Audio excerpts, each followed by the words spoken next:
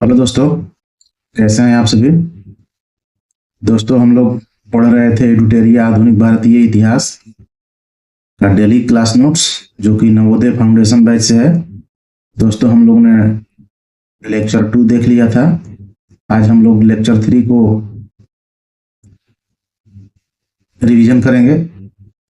ये कंपनियों का आगमन भाग 3 है। पिछले क्लास में हम लोग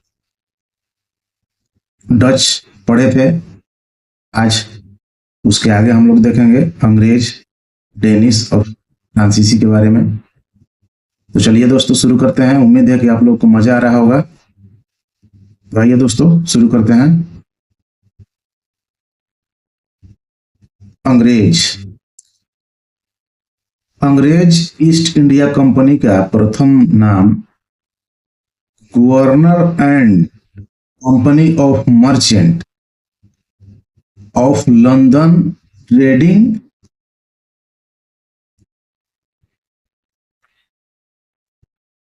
इनटू द ईस्ट इंडीज, इसका पूरा नाम था। इसकी स्थापना कुछ व्यापारियों ने मिलकर पूर्वी देशों से व्यापार करने के लिए 1599 ईस्वी में की थी। वास्तव में अंग्रेजी कंपनी की स्थापना 31 दिसंबर 1600 ईस्वी को ब्रिटेन की महारानी एलिजाबेथ प्रथम ने किया था। उन्होंने कंपनी को पूर्वी देशों के साथ, यानी कि हम लोगों के इंडिया के साथ व्यापार करने के लिए 15 वर्षों का फरमान दिया था। अंग्रेजी कंपनी सर्वप्रथम इंडोनेशिया पहुंची, जहां से उन्होंने मसालों का व्यापार प्रारंभ किया। भारत में सर्वप्रथम कैप्टन हॉकिंस 1608 ईस्वी में रेड ड्रैगन नामक व्यापारी जहाज से सूरत पहुंचा। भारत में सर्वप्रथम कौन पहुंचा? तो कैप्टन हॉकिंस ने 1608 ईस्वी में रेड ड्रैगन, ये जहाज का नाम भी पूछ लिया जाता है, किस जहाज से हॉकिंस आया था। तो रेड ड्रैगन नामक व्यापारिक जहाज से भारत में सूरत में पहुंचा था। और उस समय मुगल वंश का शासक कौन था भारत में? तो मुगल वंश का शासन था और जहांगीर उस समय शासन कर रहा था। कैप्टन हॉकिंस ब्रिटेन का राजा जेम्स प्रथम, इसका जेम्स प्रथम का दूत के रूप में 1609 ईस्वी में मुगल दरबार में पहुंचा था।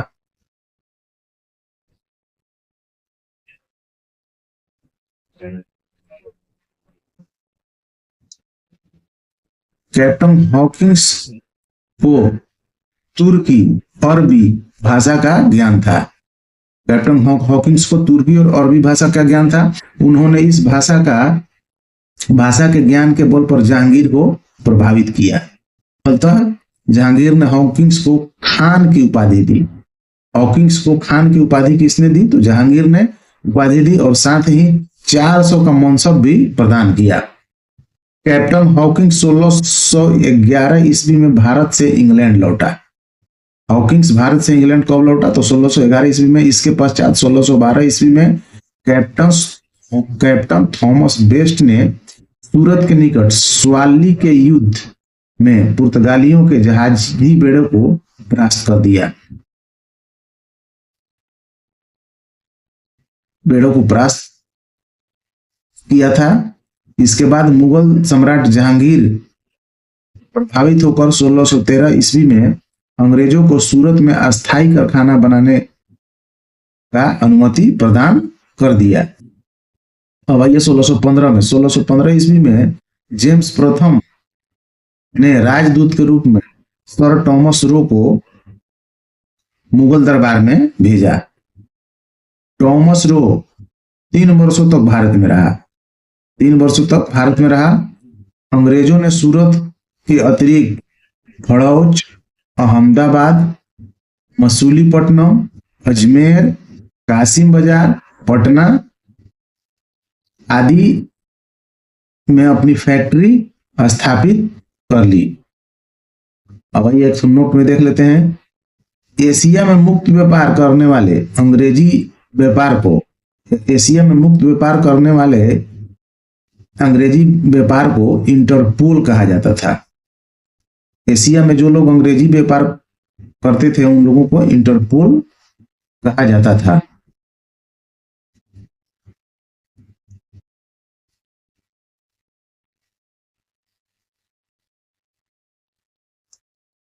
सोलह ईस्वी में अंग्रेजों को सुनहरा फरमान गोलकुंडा के सुल्तान अब्दुल्ला कुतुब शाह द्वारा दिया गया था। इसमें 500 पैगोडा प्रति वर्ष के बदले मुक्त व्यापार करने का फरमान दिया गया। 1661 ईस्वी में चार्ल्स द्वितीय ने कंपनी का मुद्रा ढालने, किला बनाने, राज्यों से संधि करने, न्याय कार्य करने आदि का अधिकार प्रदान किया।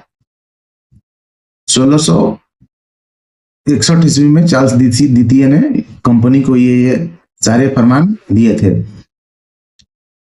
ब्रिटिश राजकुमार चार्ल्स द्वितीय का विवाह 1661 ईस्वी में पुर्तगाल की रानी कैथरीन के साथ हुआ।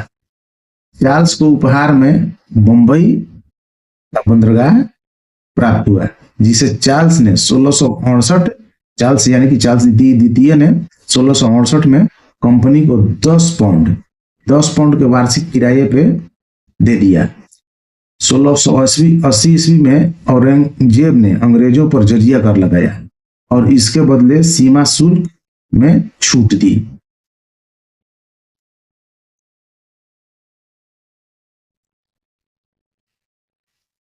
जजिया कर के कारण ताप्ती नदी के मुहाने पर 1688 ईस्वी में सूरत के गवर्नर सर जॉन चाइल्ड द्वारा मुगल जहाजों को लूट लिया गया।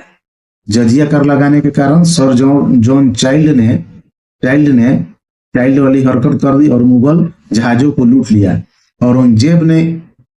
औरंगजेब ने इसके विरोध में पटना, कासिमपुर, मछलीपट्टनम और सूरत आदि की कोठियां अंग्रेजों से छीन ली। बाद में 17,000 पाउंड के दंड के बाद अंग्रेजों को क्षमा कर दिया गया, लेकिन सर जॉन चाइल्ड को औरंगजेब ने भारत से निष्कासित कर दिया। नोट देखते हैं। 1687 ईस्वी में कंपनी का मुख्यालय सूरत से बंबई लाया गया। इसे ऑंगियर द्वारा विकसित किया गया था। मुंबई को गेराल्ड ऑंगियर द्वारा विकसित किया गया था।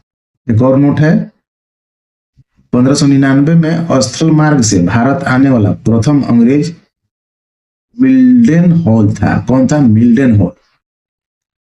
1599 में स्थल मार्ग से जो अंग्रेज भारत आया था उसका नाम था क्या था? मिल्डन हॉल था। मुगल शासक फर्रुखसियर 1717 इंपॉर्टेंट है। मुगल शासक फर्रुखसियर ने 1717 में अंग्रेजों को अधिकार पत्र दिया, जिसे मैग्ना कार्टा के रूप में जाना जाता है। मैग्ना कार्टा में अंग्रेजों को सौंपे गए अधिकार निम्न है। आइए देखते हैं क्या क्या अधिकार मिला था 1717 में ये फर्रुखसियर के द्वारा। तो कंपनी को बंगाल में राजस्व वसूली का अधिकार मिल गया था। 3,000 रुपए वार्षिक कर के बदले बंगाल में मुक्त व्यापार के लिए छूट मिल गया था। 10,000 रुपए वार्षिक कर के बदले सूरत में मुक्त व्यापार के लिए छूट मिल गया था। और बंबई में कंपनी के सिक्के को वैधता प्रदान की थी कि कंपनी का सिक्का बंबई में चलेगा। इस प्रकार अंग्रेज कंपनी की स्थिति मजबूत हुई। इन सुनहरा फरमान मिलने के बाद अंग्रेजों की स्थिति मजबूत हुई एवं आगे चलकर डच और फ्रांसीसियों को पराजित कर भारत में व्यापारिक एकाधिकार स्थापित कर लिया। ब्रिटेन के 2 पूर्ववर्ती कंपनियों को एक संयुक्त कंपनी बनाया गया, जिसे the United company of merchant of England trading the east Indies नाम दिया गया। और चार्टर एक्ट 1813 के द्वारा इसका नाम संक्षिप्त रूप में ईस्ट इंडिया कंपनी कर दिया गया। इसे ही हम लोग ईस्ट इंडिया कंपनी के नाम से जानते हैं। आइए देखते हैं प्रथम ब्रिटिश दूत कौन कौन से थे।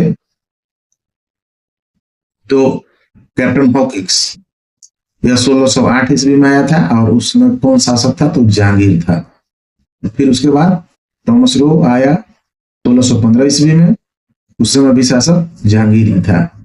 फिर उसके बाद जॉन सरमन आया, कब आया, तो 1715 ईस्वी में, उस समय शासक कौन था, फ्रुक्सियर था। नोट में देख लेते हैं हम लोग। जॉन सरमन के समय हैमिल्टन चिकित्सक ने फ्रुक्सियर की बीमारी को ठीक किया था। कौन सा चिकित्सक, हैमिल्टन चिकित्सक। जॉन सरमन जब आया था दूत के रूप में, तो उसके साथ हैमिल्टन चिकित्सक आया था, उसी ने फ्रुक्सियर की बीमारी को ठीक किया था। और इससे खुश होकर फ्रुक्सियर ने 1717 का फरमान दिया था, जो कि सुनहरा फरमान के नाम से जाना जाता था। इसी को अंग्रेज मैग्ना कार्टा के रूप में भी जानते हैं, जो कि हम लोग अभी ऊपर में उसके बारे में पढ़े भी हैं। अब आइए देखते हैं प्रमुख यूरोपियन किला। फोर्ट सेंट जॉर्ज, ये कहां पे था, तो मद्रास में था। और किसके द्वारा बनाया गया था, तो ब्रिटेन के द्वारा बनाया गया था। फोर्ट विलियम कहां पे था, तो कलकत्ता में था, और ये भी ब्रिटिश किला था। फोर्ट लुइस, ये पांडिचेरी में था, और ये फ्रांस द्वारा निर्मित किला था। अब आइए देखते हैं अंग्रेजों के सफलता के कारण। क्या थे सफलता के कारण अंग्रेजों के,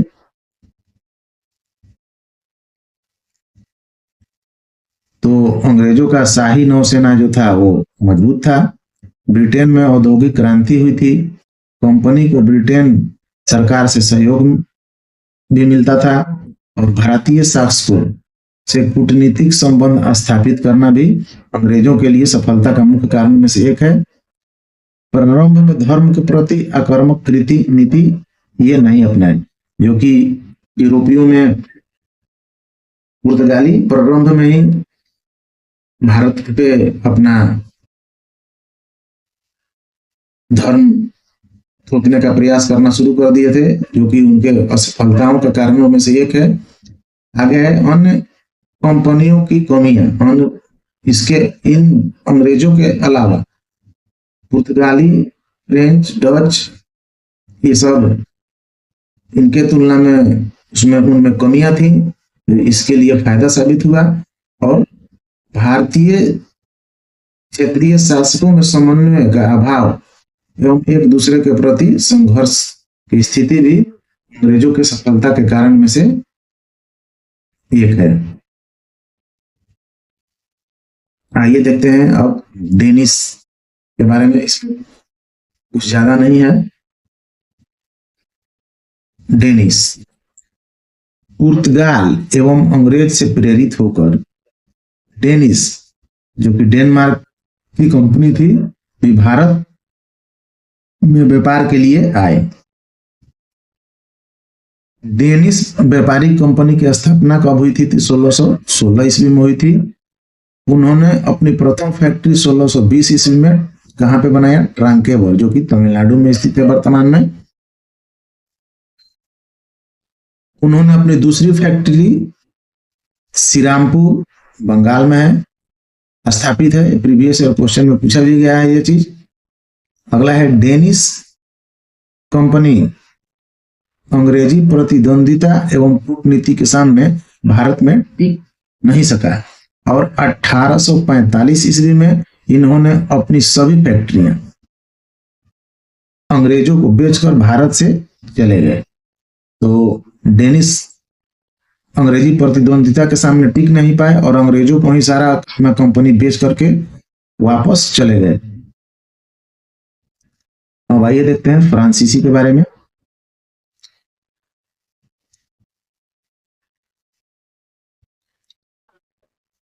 फ्रांसीसी यूरोपीय कंपनियों में सबसे अंत में भारत है। आपको हम बताया भी थे कि इसको याद करने का एक ट्रिक है, P D E D F, यानी कि पुर्तगाली, डच, अंग्रेज और फिर डेनिश और फिर उसके बाद फ्रांसीसी। तो आप लोग PDEDF से याद भी कर सकते हैं। तो सबसे फ्रेंच ईस्ट इंडिया कंपनी की स्थापना हुई थी सबसे लास्ट में, कब हुआ था? 1664 ईस्वी में। 1667 ईस्वी में फ्रांसिस कैरो या फिर फ्रांसीसी क्रेम या फिर कैरो, फ्रैंको कैरो भी या फ्रांसिस कैरो भी आता है कहीं कहीं लिख करके, के नेतृत्व में फ्रांसीसी दल भारत पहुंचा। 1668 ईस्वी में प्रथम फ्रांसीसी फैक्ट्री की स्थापना सूरत में की गई। फ्रांसिस कैरोन को भारत में फ्रांसीसी बस्तियों का वास्तविक संस्थापक माना जाता है। भारत में फ्रांसीसी बस्तियों का वास्तविक संस्थापक फ्रांसिस कैरो को या फिर फ्रैंको कैरो को माना जाता है। फ्रांसीसियों ने मद्रास के पास पांडिचेरी को 1674 ईस्वी में विकसित किया। पांडिचेरी को, मद्रास के पास जो पांडिचेरी है हम लोग का, उसको 1674 ईस्वी में फ्रांसीसियों ने विकसित किया था और वहां पे फोर्ट लुइस किला का निर्माण करवाया था। भारत में फ्रांसीसियों का मुख्यालय पांडिचेरी में था। भारत में फ्रांसीसियों का मेन मुख्यालय कहाँ पे था? पांडिचेरी में था, तथा मछलीपट्टनम, कराईकल, माहे, चंद्रनगर तथा सूरत में इनके कार्यालय थे। नोट: भारत में विभिन्न कंपनियों के जाने का क्रम, ये आपको हम अभी बताएं आने का क्रम या फिर उनके कंपनी का स्थापना का क्रम, लेकिन भारत से कंपनियों के जाने का क्या क्रम है? तो सबसे पहले डच चल गए। कब चल गए? 1759 में। उसके बाद डेनिश गए 1845 में। फिर ब्रिटिश गए 1947 में, भारत को आजादी मिल गया। फिर फ्रांस गए 1954 में। अब सबसे लास्ट में कौन गया? तो पुर्तगाल 1961 में। तो क्वेश्चन ये भी आता है कि भारत में सबसे पहले आने वाले भी पुर्तगाली और सबसे बाद में जाने वाले भी पुर्तगाली। गोवा से 1961 में पुर्तगाली गया था, गोवा पर पुर्तगालियों का ही अधिकार था। अब आइए देखते हैं आंग्ल फ्रांसीसी युद्ध या फिर उसको कर्नाटक युद्ध के नाम से भी जाना जाता है। तो देखते हैं प्रथम कर्नाटक युद्ध। प्रथम कर्नाटक युद्ध या फिर इसको अडयार के युद्ध के भी नाम से जाना जाता है। कब हुआ था? तो 1748 ईस्वी में हुआ था। 1748 ईस्वी में इसका हुआ था। और किस कारण से हुआ था? तो ऑस्ट्रिया के उत्तराधिकार युद्ध का कारण बना था।